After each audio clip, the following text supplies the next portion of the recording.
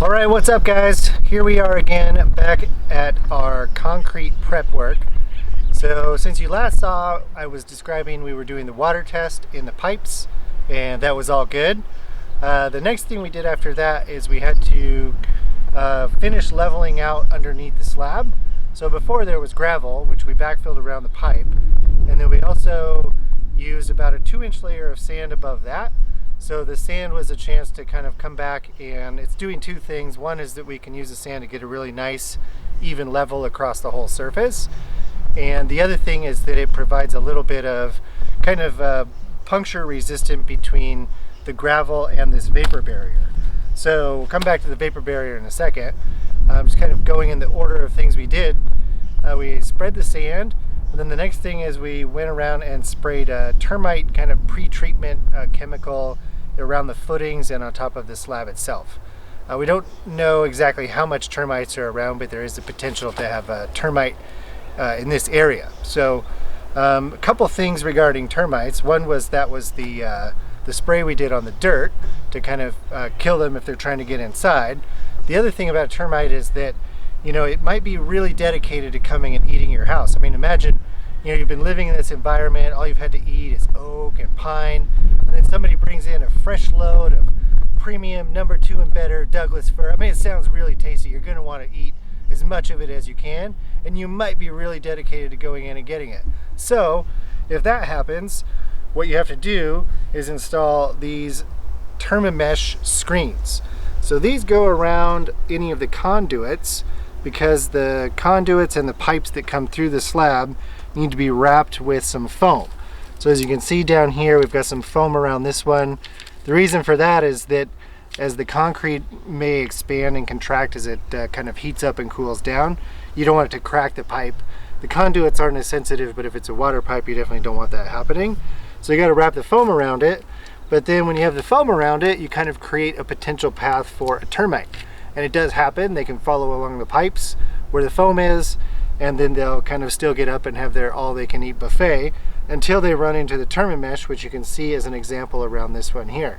So the concrete's going to get embedded around this kind of thin mesh, and that's going to stop them from making their way up through here. So it's just a mechanical barrier about halfway up the slab. So termite prevention is a big thing we've been working on.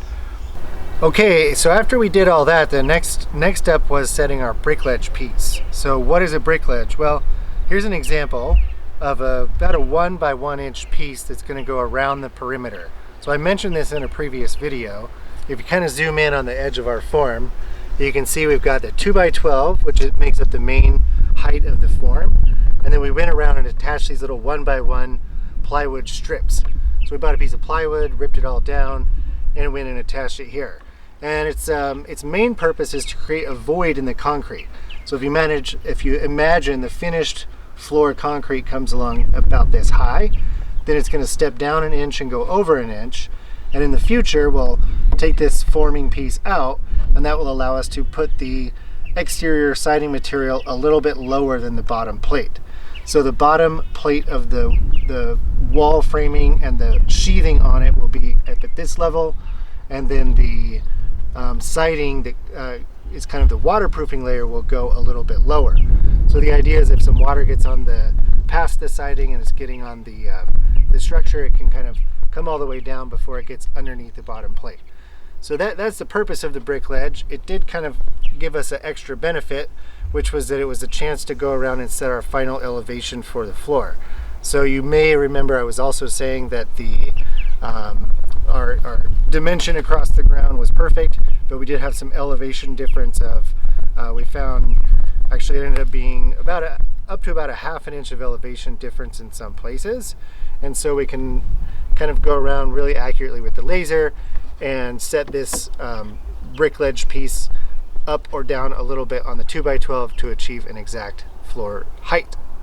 Okay, so back to the vapor barrier, you can see this giant green sheet behind me. Its purpose, I guess, is pretty straightforward. It's to separate any water or moisture that's in the dirt, in the dirt below it, from migrating through into the slab and then kind of causing a wet or moist condition on the floor inside the house. So it's just a vapor separation. This one's 15 mil, and again, we decided to put it above the sand. Again, the sand is protecting this from the rock below, but otherwise it's good. So I guess in the history of construction, vapor barriers used to be more like 6 mil. More and more people are using these 15 mil, which are pretty tough. They're able to withstand people stomping on it during the concrete pour and so forth. So it should be pretty good. Okay, so after we did that, the next thing we were working on are these anchor bolts. So you can see these little blue clips are holding these bolts. I don't know if you can see the dimension of the bolts. They go down into the slab about a foot, and they hook to this bottom piece of rebar within the footing. And that's just providing shear and uplift resistance for the structure that's going to get framed on it. So the walls will sit over top of these. They'll get bolted down to it. These little standoffs just kind of hold the whole thing in place during the concrete pour, but will be removed. We also added these little foam caps so that as the concrete's coming in, we're not going to get a bunch of concrete on it and making it hard to use. And then same thing with these nuts. If there does get anything on it, we can back those off and we should be good to go. So you may be looking around the perimeter and saying, boy, I don't know, Justin, that looks like a lot of anchor bolts. Why are there so many? I don't know exactly. The plans specified having them 48-inch on center. There's also code definitions about how close they need to be to the end of a wall or splices in the wall. So by the time you satisfy all those conditions, it ended up being 48 anchor bolts. So we can be sure that definitely the house is not going anywhere. So those were the anchor bolts. After that, it was time for setting rebar. If you look down in the bottom of the footing, you can see there are 3 number 4 rebars supported with, it's this product made by Hercules, where they kind of have a pre-spaced, it's like a plastic chair to keep the rebar up off the dirt. In the footings, you want the rebar at least 3 inches away, so that keeps them up in the proper distance. It's all set, you don't have to worry about it as you're pouring. So those are pretty handy. We do have 3 number 4s at the bottom. Our footing got a little wider than it was specified in the plans because that's the only bucket we had. But in any case, it'll just be a little extra strong. So we got the footing rebar coming up. We got, like I mentioned, 1 more bar in for the footing, about a foot down from the top. And then there's this 2x2 grid laid across the entire surface, which is for the slab. So, okay, that about covers everything we've been doing. You can see it is a lot of work, and that's why I'm sitting down in this video, because we are super tired with having to do all this. It always kind of amazes me how much work you have to do just to prepare to pour concrete, but I guess you got to do most of these steps no matter what your foundation type is. So we've been at this for, I guess, about the last 2 weeks or so. We've been working weekends and in the evenings. We were trying to get it all done so that we could stay ahead of our concrete pour and get our inspection, which happened today. So good news, we passed. There was just a couple minor things the inspector wanted to do. Really there was just one main thing, which was that in the corners he wanted us to add a diagonal piece, not a diagonal, but basically an L-shaped piece in the corner to accommodate the splice length that's happening in the corners.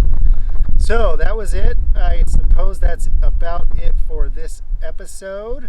Next up, we'll have a concrete pour coming at the end of the week.